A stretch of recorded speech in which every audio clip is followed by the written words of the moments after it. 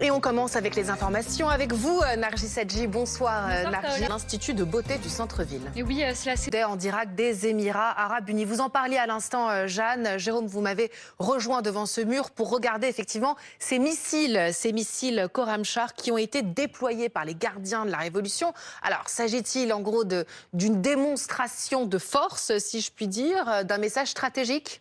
Oui, c'est une démonstration de force parce qu'en fait, ça constitue finalement la principale menace auquel auraient à faire face les États-Unis, Israël et l'ensemble des alliés de la région si toutefois les États-Unis attaquaient l'Iran. Ces représailles, elles pourraient être massives. À l'aide de ces missiles balistiques qui sont dans une certaine mesure manœuvrants, l'Iran pourrait saturer le ciel israélien qui serait donc finalement sous le joug de cette menace. Je rappelle une petite information, hein, Jérôme, ce missile peut atteindre Israël en moins de 12 minutes. Moins de 12 minutes. Portée de 2000 km, ogive de 1,5 tonnes. Voilà, effectivement, donc, avec une possibilité, finalement, en saturant le ciel israélien, de faire passer peut-être 10, 15, 20% de ces missiles, s'ils étaient tirés en centaines, ce qui est tout à fait possible, puisque l'Iran en possède autour de quelques milliers. Et donc, on pourrait déplorer, évidemment, énormément de pertes de civils sur les principales villes que sont Tel Aviv, Alors Haïfa ça, et la d'autres. défense américaine anti-aérienne qui a été mise en place justement avec l'armada de Donald Trump ne peut pas les neutraliser, ces Alors, elle missiles ? peut en neutraliser une partie, peut-être 80-85%. On se souvient que pendant la guerre des 12 jours, c'est 85% qui a été intercepté.